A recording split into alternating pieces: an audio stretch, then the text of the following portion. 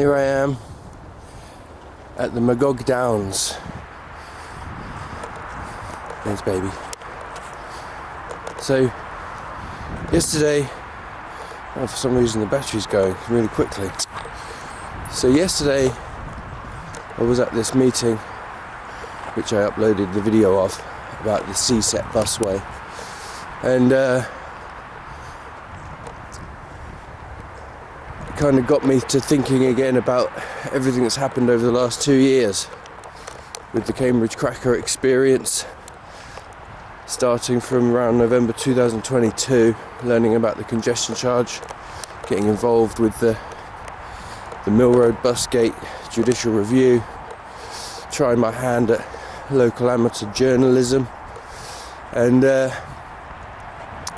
everything that I've learned along the way. And it was obviously caused me to reflect over everything that I've learned, and I decided this morning that I would just try to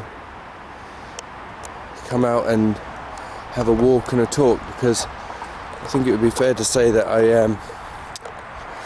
my brain sort of collapsed and imploded when it came to any thought of journalising or writing, certainly putting out any video or speaking again publicly, trying to put thoughts into coherent form. And I guess I've been overthinking things a little bit, but yeah, it's been really a hell of an experience. Even now I'm struggling to articulate what I'm feeling. So like I said, I thought I would just get out again and start talking and see if I could work through some of these thoughts, because what is coming along in a few months' time is the election, which I suppose it's all been kind of leading towards. Let's go this way. This way, boy. Come on. Because obviously we're now in 2025. Come on, baby. This way. This way. We're now in 2025, and the county council is actually having its election in May, which also includes the election for the mayor. And so it strikes me as, well, relevant. Everything that's happened has in a sense really been leading towards this, and so it wouldn't do very well for me to then just drop out suddenly and to stop paying attention to it. I haven't stopped paying attention to it, I've just gone quiet, focusing on personal affairs, work and what have you, trying to get my life back under control.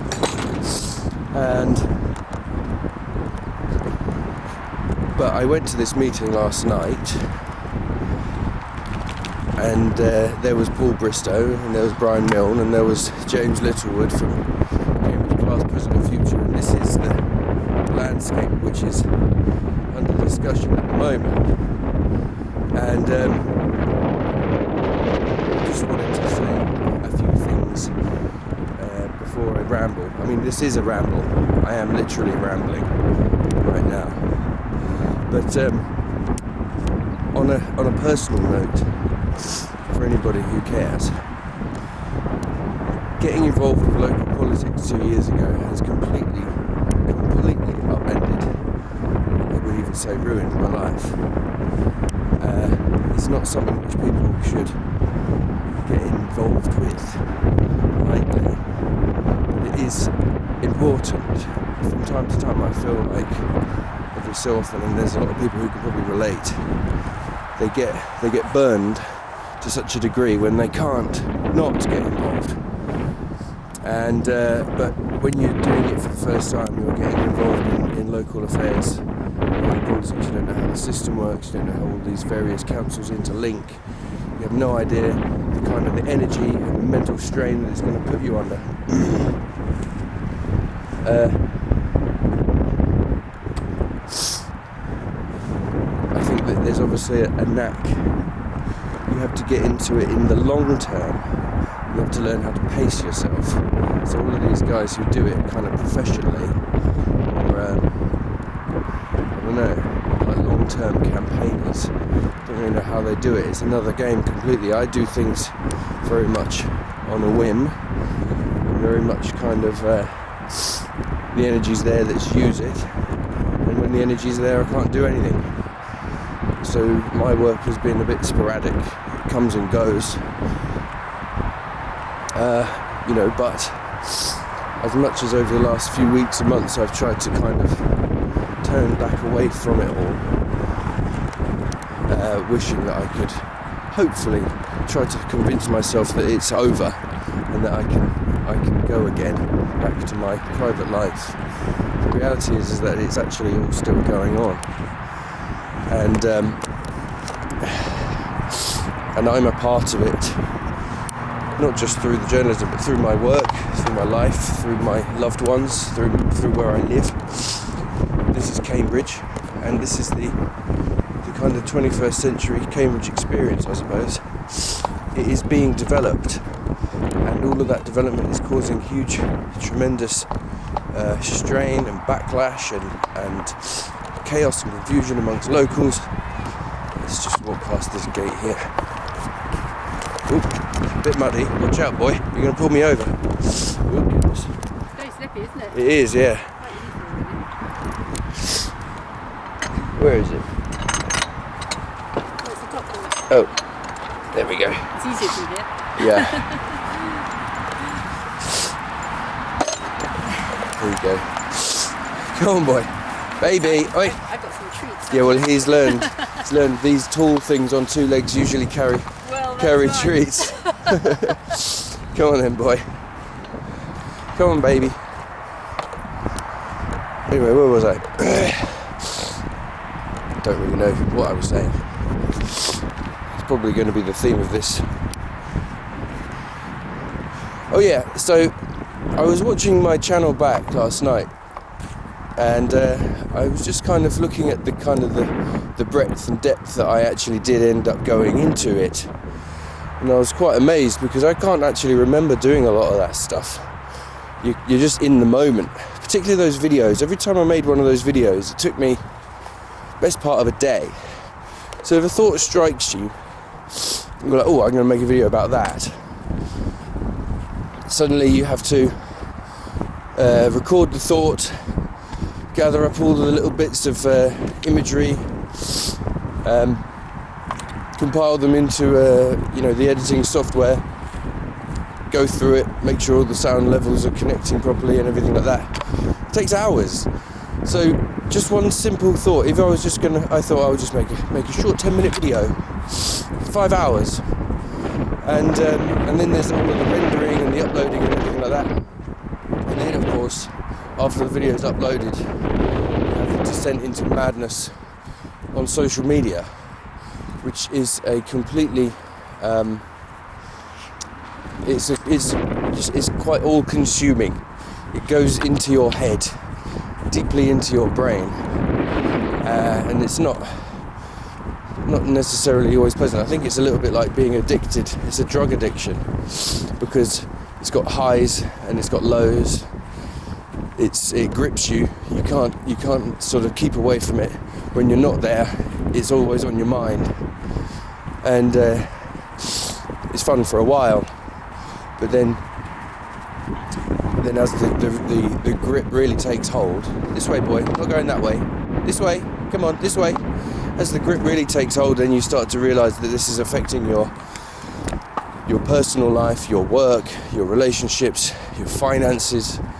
So it is really like an addiction, and that's something that I was really trying to break away from, to be honest with you, around November last year, after I saw how the county council were able to essentially cheat the system, ram raid it through, and the way that they put that bus gate in, and all the lies, and how everybody was like launching themselves into social media and activism and protests and things, and at the end of the day they just did it.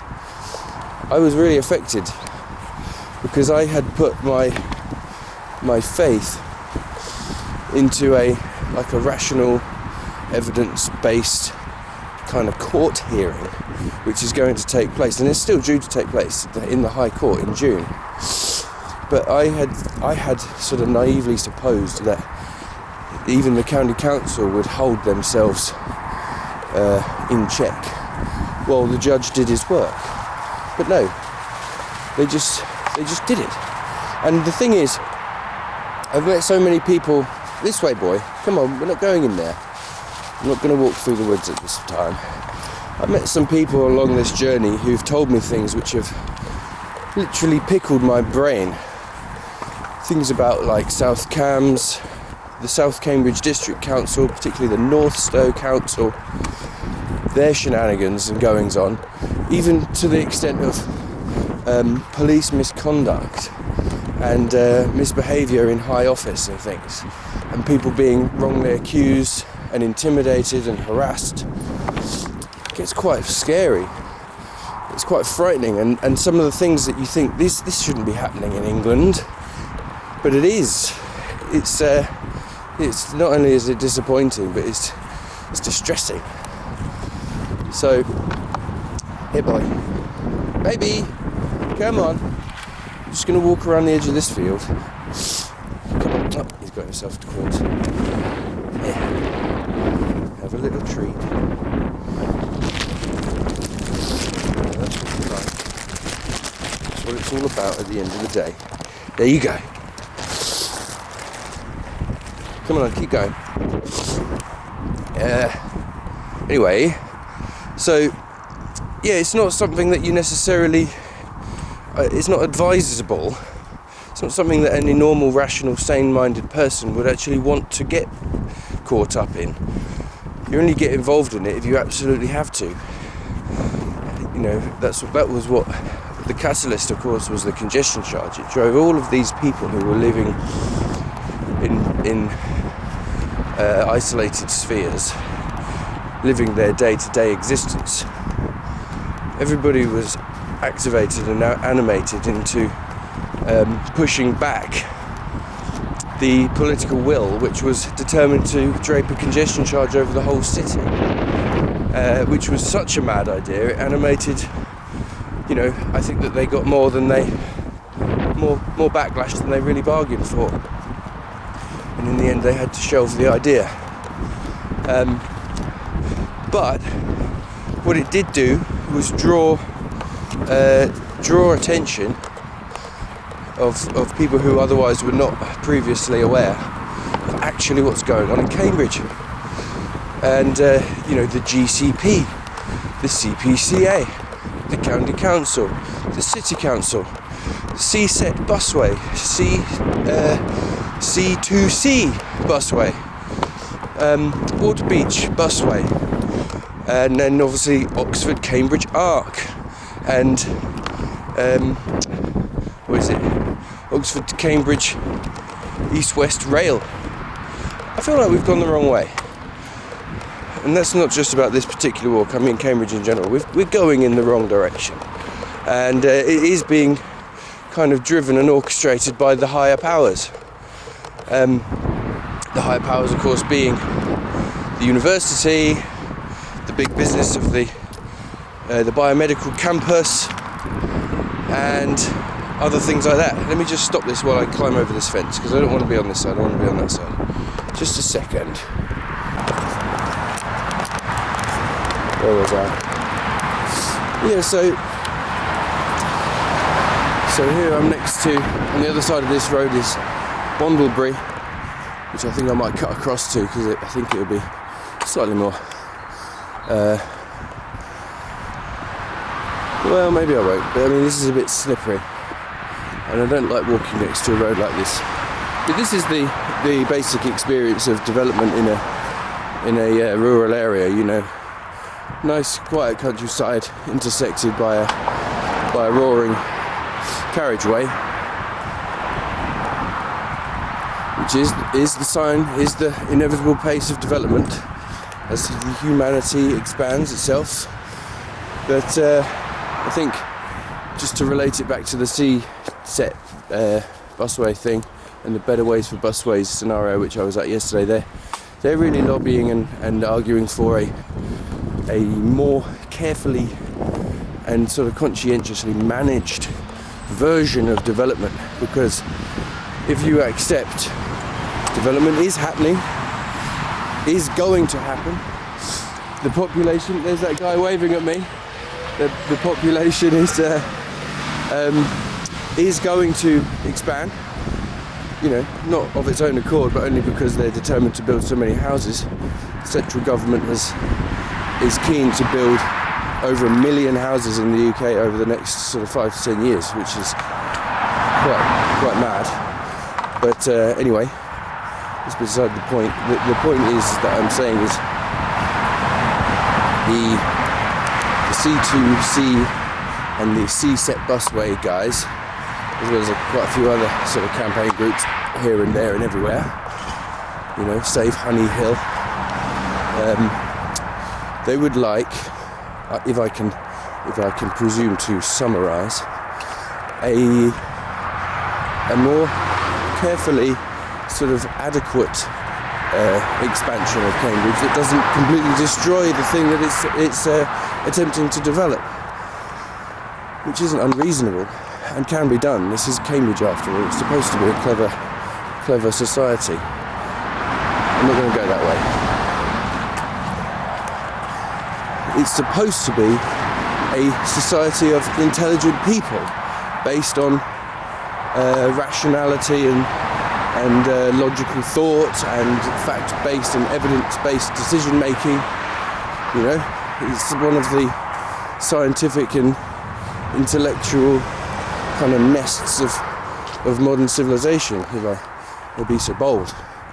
It is. And so a lot of this stuff that the GCP is doing is just, it's completely maddening and vexatious and bizarre and absurd, and the way that they deal with and treat and talk down to the local population who actually know better because they live here, and a lot of these people are experts in their field, and you get these absolute idiots working in GCP offices talking down to them and trying to lie to them, trying to fib to them, trying to doctor statistics and trying to twist facts and data and things, and you just think, who do you think you are talking to? Anyway, so there was a point I was trying to make earlier. I've kind of gone off. But that was the point of this video. This is really for me to begin to unravel this knot of all this stuff that I've learned. I am currently skiving from work, and that's another thing. In order to do the Cambridge Cracker stuff, I had to really neglect a lot of other duties, and so it's really unsustainable and not quite right. Oop, there we go. Somehow I managed to do two poos in one walk. So I've learned to carry multiple bags with me at one time. Just a second. There we go. I always love putting a piece of shit in my pocket. Anyway, what was I saying? Yeah, all of those videos and all of the time that I spent with the various interested parties and the campaign groups and organisations and things, I had to sacrifice other areas of my responsible life in order to do that, and that's also part of the reason why I've kind of dropped out lately, and I don't really wish or intend to dive in quite so deep as I did before. But I do think I have. It occurred to me last night. This is the point I was making. So, all of those people in that hall, and so many people in Cambridge still yet to really learn what's going on and how this is all happening, and the fact that they do have a chance, an opportunity to vote against it. Battery's now gone. Fucking hell. So in the last few minutes that I have to make this video, which is disappointing because I've got like another half an hour of walking left, I'll wrap it up quickly just to say that I am trying to now broaden my scope to just to highlight all of the various things which are going on in Cambridge, and to direct your attention towards the election which is coming up in May, because everything that's happened over the last 2 years has been emanating out of the county council and also integrated with the combined authority, also known as the CPCA, which is currently, the mayor is Nick Johnson. He's not standing again. But you have a mayoral election coming up, so let's get to know the candidates, let's get to know their policies and what the differences between them are. Don't just vote loyally one party or another, that's idiotic. Actually think about what you are voting for, because this election genuinely has a consequence. So there's the C-set busway, which is going to go through land which I'm currently walking on now. And you can pay attention to that alternative route which is put forward by Better Ways for Busways. There's the exact same scenario happening on the other side of Cambridge, known as C2C, and there's a group called Bonkers Busways who are doing the very similar alternative approach on their end.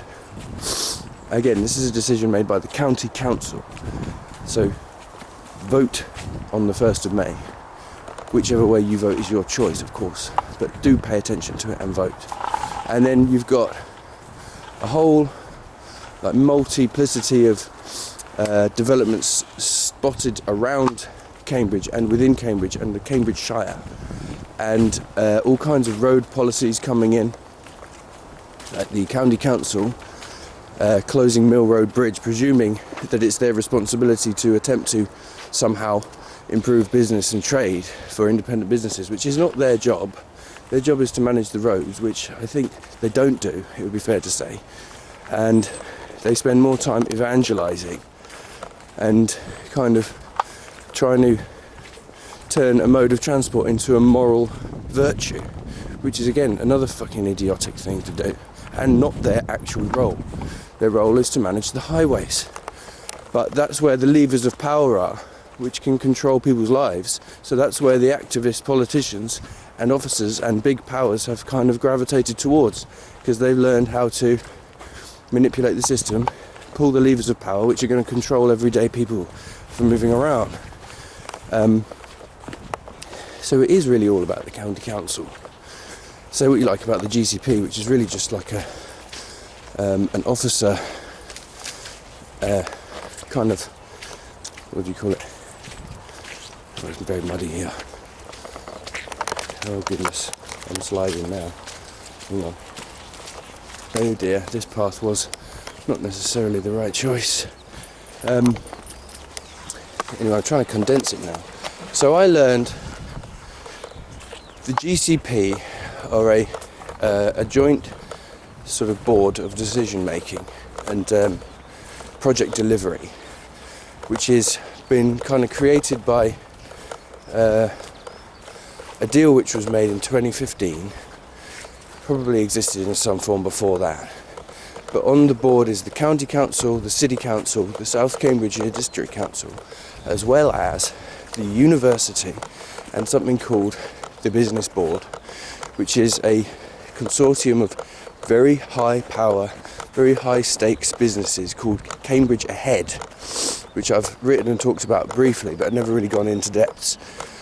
But they are the kind of representing the development potential, the biomedical potential, the research and development, the tech side. They all sit on a board together and try to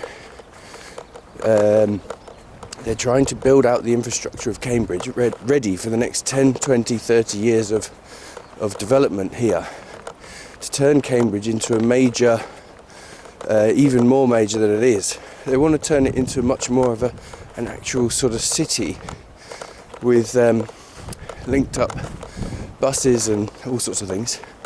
And say what you like about that, the point is that it's being done in a manner which is kind of like to leave the people out, to disregard the people, to disregard existing residences, to disregard the needs of traders, small and independent businesses, families, etc.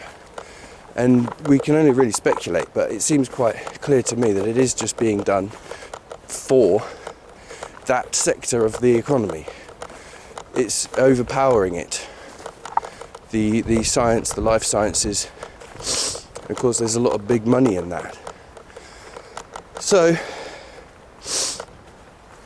like I said, this video was for me to attempt to start because I've been sort of stupefied.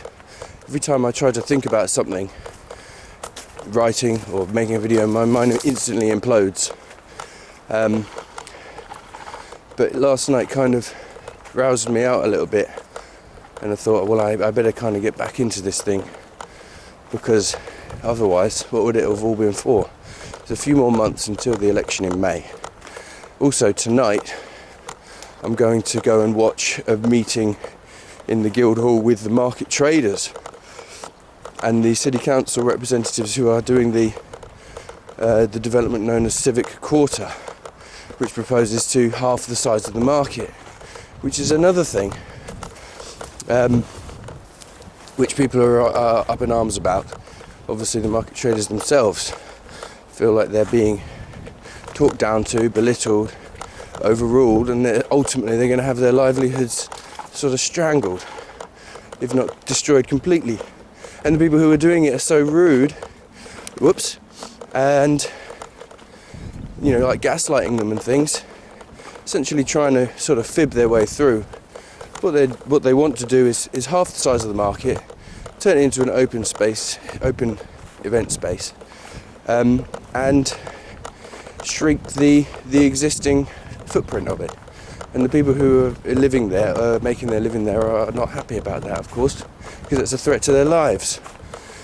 And the council aren't, they say they're acknowledging it, but they're doing the same thing that they did about the congestion charge. They say they're listening, they're like, no.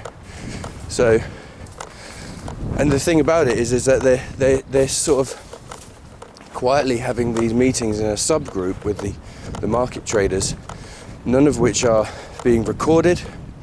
They're not being live streamed, they're not being really properly minuted, and things are being said in there. I'm only hearing through word of mouth from the last. They're doing it all off the record in subgroups where nobody can see. And I was told that the last meeting was quite things were said which were a bit upsetting and alarming, and so I've decided I think I should go there and watch, if not record.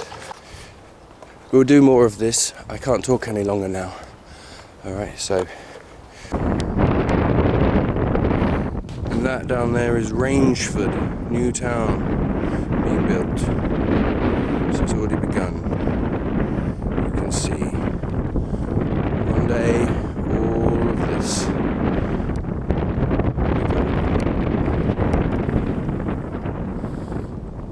And there'll be a little plaque somewhere with someone's name on it that said such and such sat here